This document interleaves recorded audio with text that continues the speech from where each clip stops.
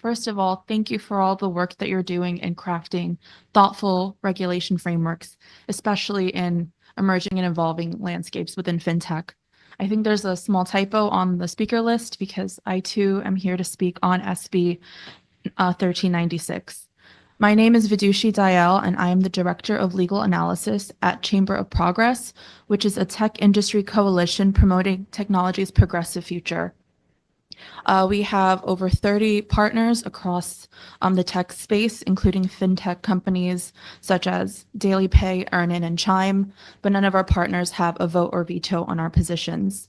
So I'm here to express Chamber of Progress's support for SB 1396, which would regulate EWA services. We are strong supporters of providing consumers with better alternatives to predatory lending and junk fees at banks.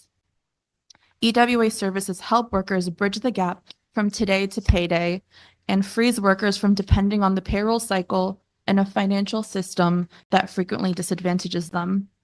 You heard from a Connecticut EWA user earlier today, but I'd like to call the committee's attention to a survey that was also conducted by 3 direct-to-consumer EWA service providers, where an overwhelming number of EWA consumers said they understood how the service worked and considered it to be the best option for managing spending.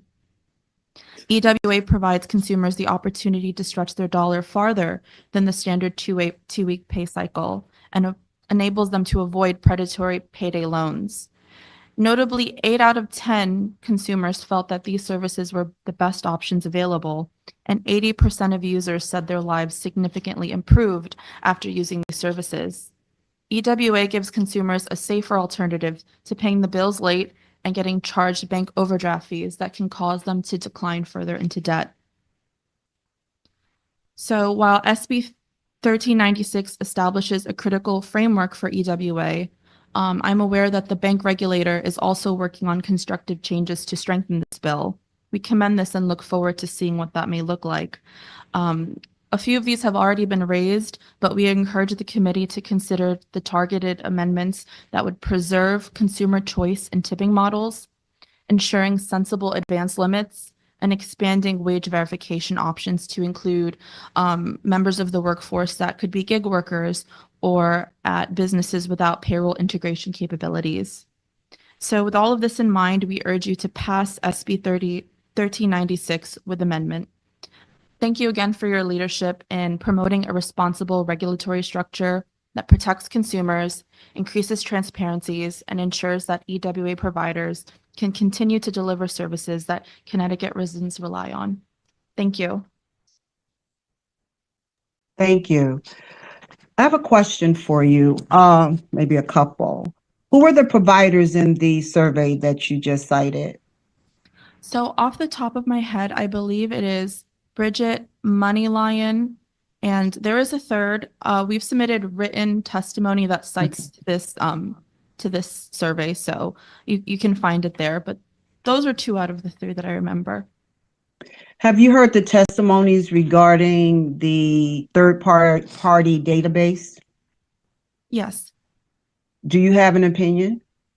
Well, I definitely would defer to the industry players on this. I think they make a fair point distinguishing themselves for needing the database in EWA versus other types of lending services.